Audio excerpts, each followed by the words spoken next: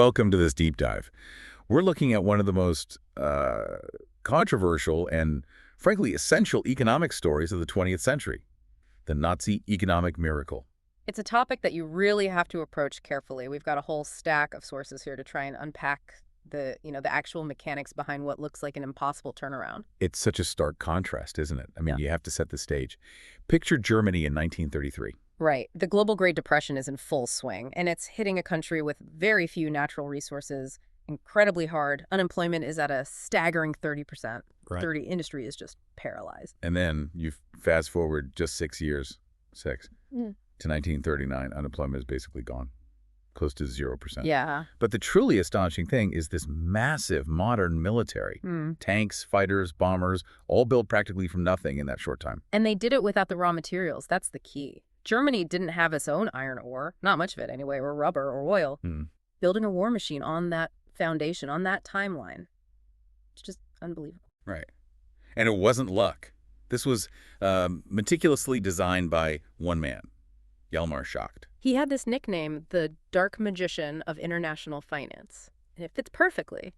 He used a bag of highly unorthodox, deeply complex tricks that seemed to let Nazi Germany just defy the basic laws of economics.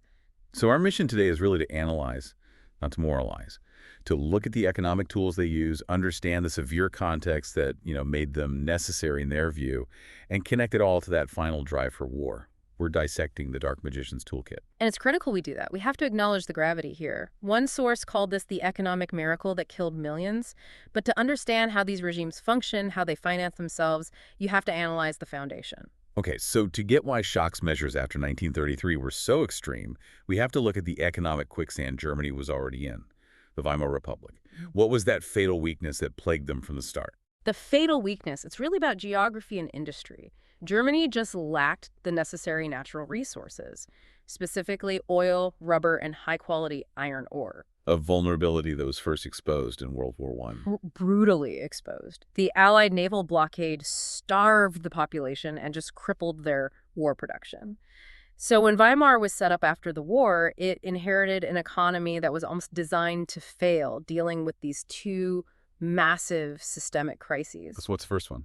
The first and the most persistent was the International Balance of Payments crisis, the WWII crisis. The Versailles Treaty just decimated Germany's ability to earn foreign currency. How so? Well, they lost their merchant fleet, they lost resource-rich territories, and then the French and Belgians occupied their industrial heartland, the Ruhr. So their income is gone, and at the same time, they have to pay massive reparations. So their ability to earn foreign money was crippled, but their need to spend it just skyrocketed. Exactly. Even at just 2.5% of GDP, the reparations quickly bled the Reichsbank dry of its foreign currency reserves. And on top of that, you have the second crisis. The massive internal debt. That's right. The war debt. The Kaiser had financed the war by borrowing from German citizens. Weimar was suddenly on the hook for this colossal debt, payable to its own people. So with those two massive problems, what were their options in the early 20s? Conventional economics had nothing for them. They couldn't just refuse to pay reparations with Allied armies sitting right there. They couldn't magically boost exports. And if they cut imports, food, raw materials, their whole industry would just collapse. So the only option left was the printing press. It was the only practical option to, keep the lights on. This is the key insight about the 1923 hyperinflation. It wasn't just some mistake made out of ignorance. It was a political choice for survival. A choice with a brutal trade-off. Absolutely. Printing money kept people employed for a while, and critically, it completely wiped out that massive internal war debt. It was a brutal balance sheet reset. But the price was astronomical. It destroyed the savings, the pensions, the entire wealth of the German middle class. And that loss of faith in the state never really recovered. Never. And this is where Schacht first appears. He's appointed in 1923 to fix the currency chaos. Yeah, he does, right? He does. The hyperinflation had already done the dirty work of clearing the internal debt. But his real genius at this point was diplomacy. He negotiated the Dawes Plan, which basically got the Allies to admit that Germany couldn't pay until its economy recovered. And that created a window of stability. It did. It attracted huge foreign investment, mostly from the U.S., and that's what funded the so-called Golden Age of Weimar. But the underlying weakness, that dependence on foreign cash, was still there. And it all came crashing down in 1929 with the U.S. stock market. The floodgates just slammed shut. Wall Street loans vanished overnight, German exports collapsed, and instantly Germany was right back in that same balance of payments crisis. And this time, Weimar makes its final, devastating choice: the planned depression. It's one of the most ruthless policies you can imagine. To save what little foreign currency they had left for debt and reparations, they chose extreme austerity. They jacked up taxes, slashed spending, and deliberately crashed their own economy. The logic being, What? The logic was chilling. Make your own citizens too poor to afford any foreign imports. That way you force the balance of payments back into some kind of balance. so the state itself manufactured the crisis that led to that 30% unemployment figure in 1933. Precisely. They created the political vacuum the Nazis then stormed into. Even though Weimar did manage to get reparations cut by 90% in 1932, it was just too little, too late. The people were radicalized and desperate. And that's the mess Hjalmar Schacht inherits when he's grilled by Hitler in 1933. It's a multi-layered nightmare. He has 3 challenges and they all contradict each other. 1, get to full employment.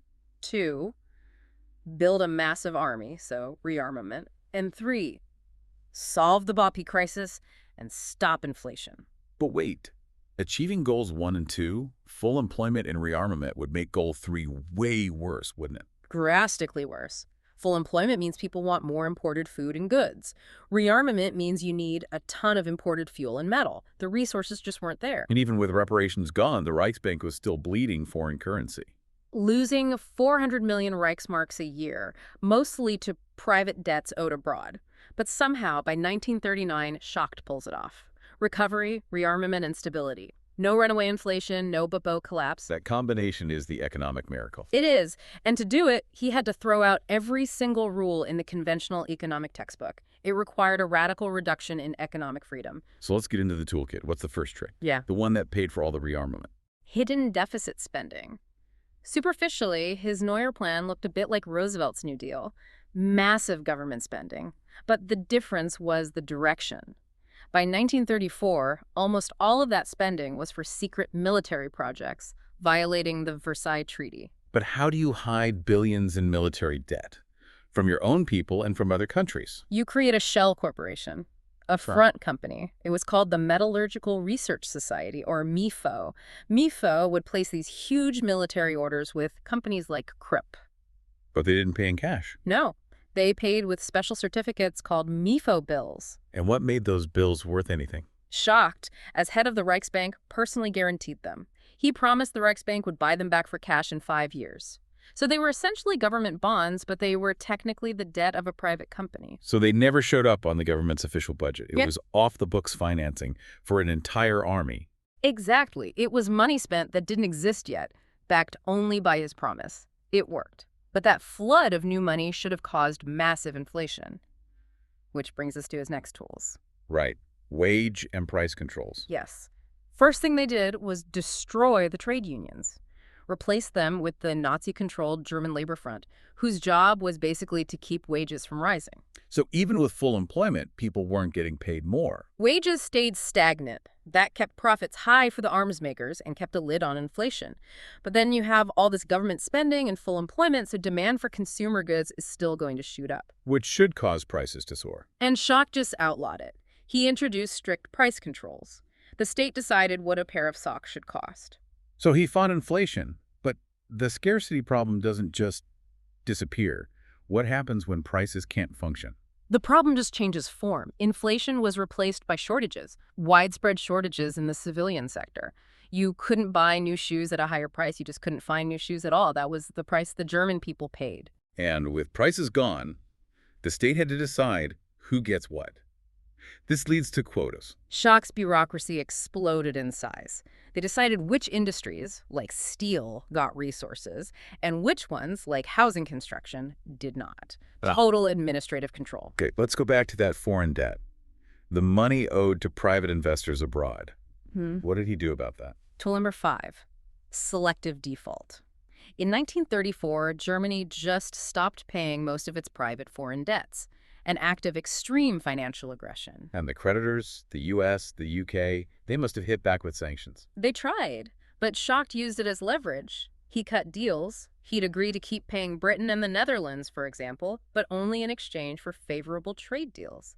He only paid the countries that could still hurt Germany through trade. What about the U.S.? He refused to make a deal with the U.S., and this is fascinating. Because the U.S. had already put up these massive protectionist tariffs, the U.S. market was basically closed to German goods anyway. So the U.S. had no leverage left to use against him. None at all. A great lesson in how protectionism can actually weaken your geopolitical hand. Okay, so moving on to the currency itself. He refused to devalue the Reichsmark, afraid of inflation. But that makes your exports expensive. How did he handle that? With tools 6 and 7, rigid control over all foreign currency. Tool 6 was capital controls for imports. If a German company wanted to buy foreign oil, they needed to go through this incredibly complex bureaucratic approval process just to get the dollars or pounds. The state prioritized every single transaction. And Tool 7 was for exports. Since he wouldn't devalue, he just used export subsidies.